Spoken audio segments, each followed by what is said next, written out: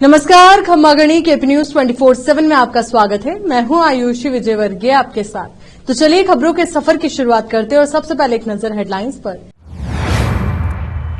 मोदी लहर में विपक्ष की हार तय है, केंद्रीय मंत्री भूपेंद्र यादव का बयान। 12 झालावाड़ लोकसभा से कांग्रेस प्रत्याशी उर्मिला जैन भाया ने नामांकन दाखिल किया। फायरिंग मामले में पुलिस को मिली सफलता, 3 आरोपी पकड़े, इटावा पुलिस और डीएस की टीम की संयुक्त कार्रवाई। कोटा से ओम बिरला ने भरा पर्चा, शिक्षा मंत्री बोले कांग्रेस को एक भी वोट गया तो समझ लेना राम भक्तों के हत्यारों को वोट किया। ईआरसीपी योजना के जरिए अलवर वासियों की पानी की प्यास बुझाने का काम करूंगा, केंद्रीय मंत्री भूपेंद्र यादव का बयान।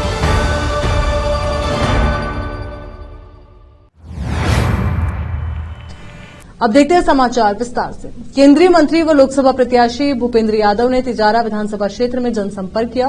तिजारा विधानसभा के हिंगवाहेड़ा, असलीमपुर, विरामपुर, लुहादेरा, मुंडाना, इशरौंदा, जोजाका, नबीनगर, खिदरपुर, गेतोली, मसीत, लबेदार, मीठियाबास, कमालपुर में जनसंपर्क किया। साथ ही इन इलाकों के बुजुर्गों, व्यापारियों, युवाओं से मुलाकात की।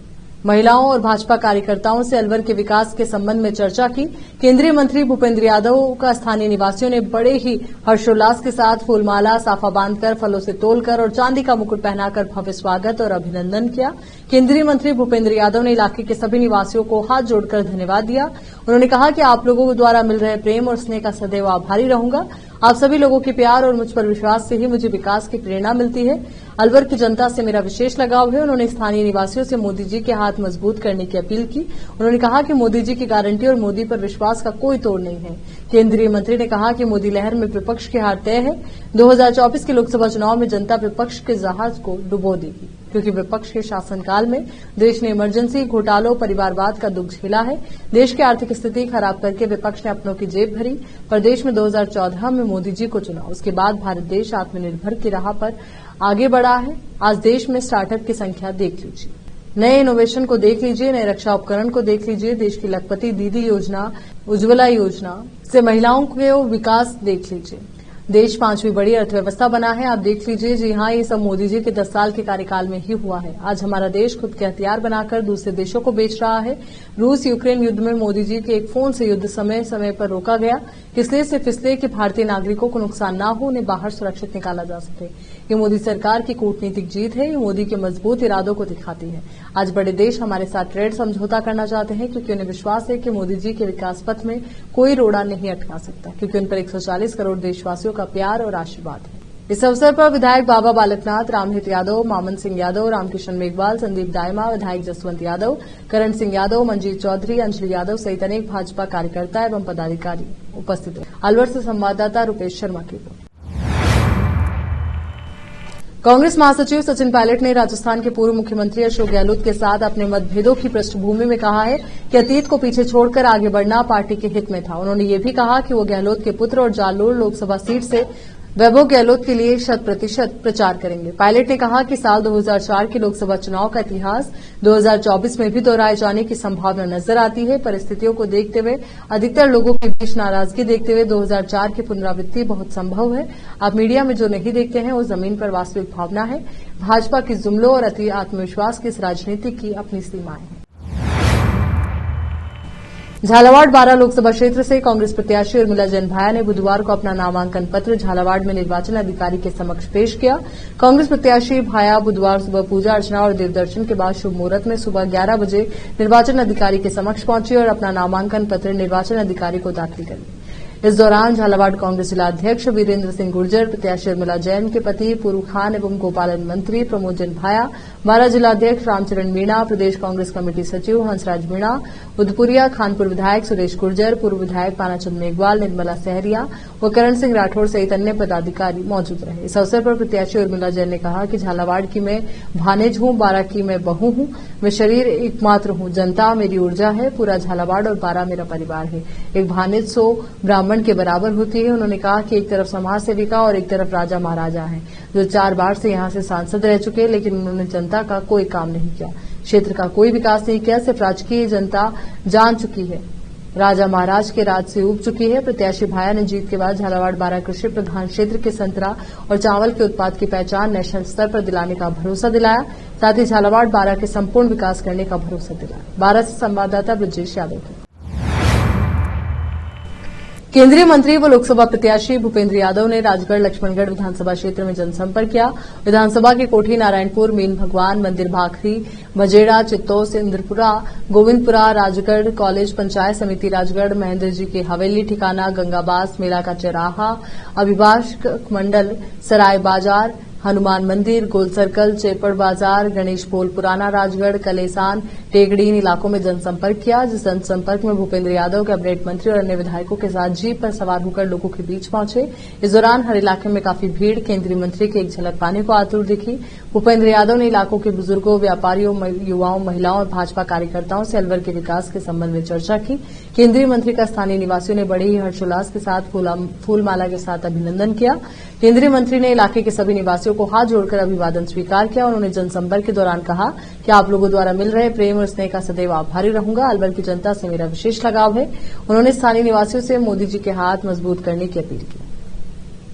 भूपेंद्र यादव ने कहा कि आप सभी अपना कीमती वोट विकसित भारत और विकसित राजस्थान, विकसित अलवर की गारंटी वाली मोदी सरकार को दें। इस अवसर पर कैबिनेट मंत्री संजय शर्मा, पूर्व सांसद करण यादव, बन्ना राम मीणा, सुनीता मीणा, बलबीर सिंह, राहुल दीक्षित, खेमचंद नारे, महेंद्र प्रकाश दास, प्रदीप जैन सहित अनेक भाजपा कार्यकर्ता एवं पदाधिकारी उपस्थित रहे।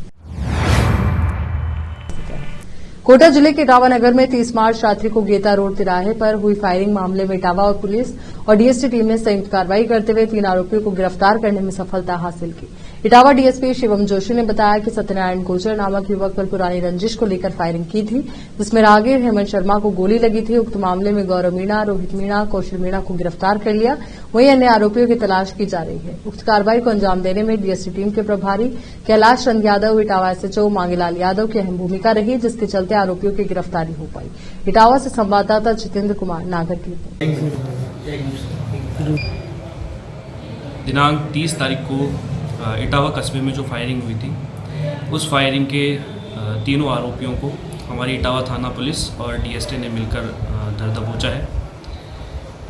साथ ही हम ये मैसेज देना चाहते हैं पूरे कस्बे की जनता को और हमारे पूरे सर्कल की जनता को कि राजस्थान पुलिस आमजन में विश्वास और अपराधियों के भय के सिद्धांत पर कार्य कर रही है। हमारे आईजी साहब, एसपी साहब और एडिशनल एसपी साहब के निर्देशन में पूरे सर्किल की टीम ने लगातार आसूचना संकलित कर तीनों आरोपियों को दर दबोचा है।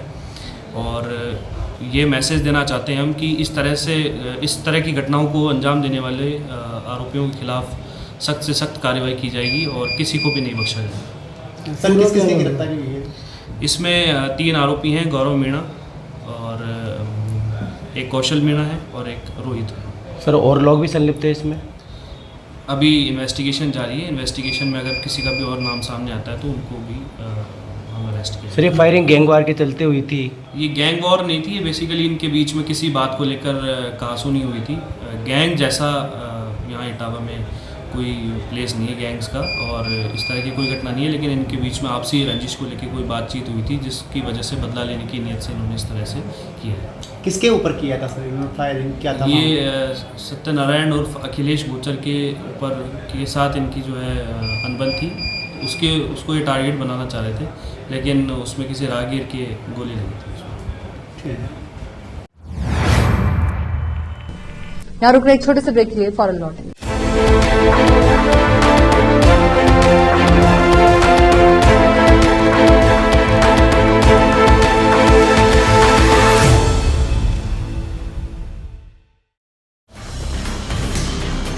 हिंदुस्तान के हर कोने में हम हैं मौजूद।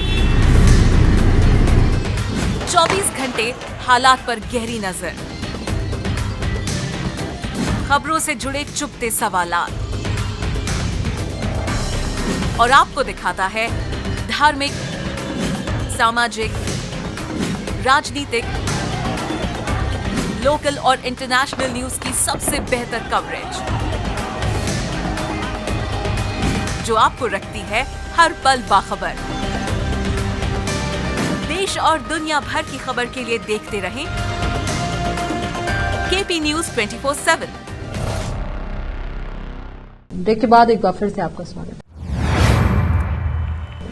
कांग्रेस को एक भी वोट गया तो समझ लेना हमने राम भक्तों के हत्यारों को वोट दिया है, कहना है राजस्थान के शिक्षा मंत्री मदन दिलावर का ये बयान सोशल मीडिया पर वायरल हो रहा है। लोकसभा चुनाव प्रचार अभियान के बीच बीजेपी नेता मदन दिलावर लगातार कांग्रेस पर तीखे हमले बोल रहे हैं। बीते दिनों उन्होंने कांग्रेस प्रदेशाध्यक्ष गोविंद सिंह डोटासरा और पूर्व सीएम अशोक गहलोत पर तीखा हमला करते हुए कहा था कि पेपर लीक मामले में दोनों भी जेल जाएंगे। अब बुधवार को मदन दिलावर ने कांग्रेस पर तीखा हमला करते हुए कहा कि राम भक्तों की हत्या करने वालों को वोट नहीं देना। दरअसल बुधवार को लोकसभा सीट के भाजपा उम्मीदवार ओम बिरला ने अपना पर्चा नामांकन दाखिल किया। ओम बिरला की नामांकन रैली में भारी जनसैलाब उमड़ा। नयापुरा रोड पर आयोजित हुई आम सभा में मुख्यमंत्री भजनलाल शर्मा ने रैली को संबोधित करते हुए कांग्रेस पर जमकर हमले बोले और कहा कि 2014 के बाद देश बदल रहा है। देश की जनता इस बदलाव को महसूस कर रही है। पीएम मोदी की तीसरी पारी विकसित भारत के निर्माण में महत्वपूर्ण साबित होने वाली है। ओम बिरला की नामांकन रैली में जय श्री राम के जयकारे फिर जमकर लगाए गए। शिक्षा मंत्री मदन दिलावर ने आम सभा को संबोधित करते हुए कांग्रेस पर तीखा हमला बोला। उन्होंने कहा कि कांग्रेस के राज में राम भक्तों की हत्या की गई, संतों को गोलियों से भूना गया। 500 साल से हमारे पूर्वज जी राम मंदिर का सपना देख रहे थे, उस सपने को पीएम मोदी ने पूरा किया। मदन दिलावर ने कहा कि यदि कांग्रेस को एक भी वोट गया तो समझ लेना कि हमने राम भक्तों के हत्यारों को वोट दिया है। सभा में पहुंचे लोगों से दिलावर ने कहा कि क्या राम भक्तों की हत्या करने वालों को वोट देना चाहिए। टोंक सवाई माधोपुर से कांग्रेस प्रत्याशी हरीश मीणा ने बुधवार को कार्यकर्ताओं के हुजूम के साथ अपना नामांकन दाखिल किया। नामांकन के बाद कांग्रेस प्रत्याशी हरीश मीणा ने भाजपा प्रत्याशी सुखबीर सिंह जोनपुरिया को बाहरी बताया और मंगलवार को रद्द हुई भाजपा प्रत्याशी की रैली पर तंज कसा। कांग्रेस प्रत्याशी ने टोंक सवाई माधोपुर से करीब 11:15 बजे निर्वाचन अधिकारी के कार्यालय में नामांकन दाखिल किया। इस दौरान उनके साथ कांग्रेस के जिलाध्यक्ष उमालपुरा टोडा रायसिंह से कांग्रेस के विधानसभा चुनाव में प्रत्याशी रहे घासीलाल चोपड़ा मौजूद रहे। वहीं भाजपा प्रत्याशी सुखबीर सिंह जोनपुरिया की रैली रद्द होने पर तंज कसते हुए कांग्रेस प्रत्याशी ने कहा कि पिछले 10 साल में बीजेपी प्रत्याशी ने टोंक सवाई माधोपुर की जनता को पैसे के अहंकार को दिखाया, इसलिए कल जनता ने उनकी रैली को निरस्त करवा दिया। उन्होंने आगे कहा कि जनता मेरे साथ है, इसलिए जनता झूठे लोगों को सुनना नहीं चाहती।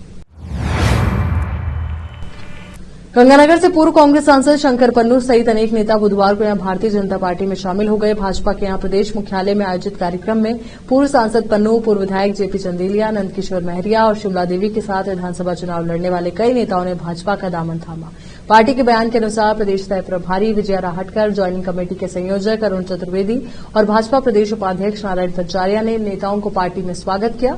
इस अवसर पर राहटकर ने कहा कि प्रधानमंत्री मोदी के विजय रथ को आगे बढ़ाने के लिए प्रदेश का हर वर्ग साथ है। उन्होंने कहा कि युवा, महिला, गरीब और किसान सभी वर्गों का प्रधानमंत्री मोदी की नीतियों पर विश्वास है। राजस्थान के बाड़मेर जैसलमेर लोकसभा सीट से बुधवार को कांग्रेस प्रत्याशी उमेदाराम बेनीवाल ने नामांकन दाखिल किया। इससे पहले बाड़मेर जिला मुख्यालय स्थित आदर्श स्टेडियम पर नामांकन सभा हुई, जिसमें राजस्थान के पूर्व मुख्यमंत्री अशोक गहलोत, प्रदेशाध्यक्ष गोविंद सिंह डोटासरा, नेता प्रतिपक्ष टीकाराम जूली और उमेदाराम ने संबोधित कर शक्ति प्रदर्शन किया। नामांकन सभा के दौरान अशोक गहलोत पसीने से लथपथ नजर आ रहे थे, लेकिन फिर भी उन्होंने भाजपा और पीएम मोदी को घेरने में कोई कसर नहीं छोड़ी। वहीं अंत में राजस्थानी गीतों में डोटासरा थिरकते हुए भी नजर आए। नामांकन सभा में गहलोत ने कहा कि 19 अप्रैल आते ही आते देश भर में कांग्रेस की हवा चलेगी और बड़ी संख्या में कांग्रेस और इंडिया गठबंधन के उम्मीदवार जीतेंगे। उन्होंने कहा कि बीजेपी ने 400 पार का नारा इसलिए दिया ताकि जनता इनके जुमले में फंसकर वोट करे। आज पीएम मोदी और उनकी पार्टी घबराई हुई है, इसलिए कांग्रेस के लोगों को डरा धमकाकर बीजेपी में शामिल करा रही है। आज बीजेपी ने देश में लोकतंत्र को खत्म करने का काम किया। आज ये चुनाव सिर्फ उम्मीदाराम का नहीं बल्कि लोकतंत्र, संविधान और देश को बचाने के लिए। राजस्थान सरकार पर हमला बोलते हुए गहलोत ने कहा कि आज 3 महीने हो चुके हैं, लेकिन भाजपा सरकार अभी तक कोई काम नहीं कर पाई। चलिए एक बार फिर से नजर डालते हैं हेडलाइंस पर। मोदी लहर में विपक्ष की हार तय है, केंद्रीय मंत्री भूपेंद्र यादव का बयान। 12 झालावाड़ लोकसभा से कांग्रेस प्रत्याशी उर्मिला जैन भाया ने नामांकन दाखिल किया। फायरिंग मामले में पुलिस को मिली सफलता, 3 आरोपी पकड़े, इटावा पुलिस और डीएसटी टीम की संयुक्त कार्रवाई। कोटा से ओम बिरला ने भरा पर्चा, शिक्षा मंत्री बोले कांग्रेस को एक भी वोट गया तो समझ लेना राम भक्तों के हत्यारों को वोट दिया। ईआरसीपी योजना के जरिए अलवरवासियों की पानी की प्यास बुझाने का काम करूंगा, केंद्रीय मंत्री भूपेंद्र यादव का बयान। केपी न्यूज के राजस्थान बुलेटिन में फिलहाल के लिए इतना ही। देश और दुनिया से जुड़ी तमाम ताजा खबरों के लिए आप बने रहिए केपी न्यूज 24/7 के साथ। धन्यवाद।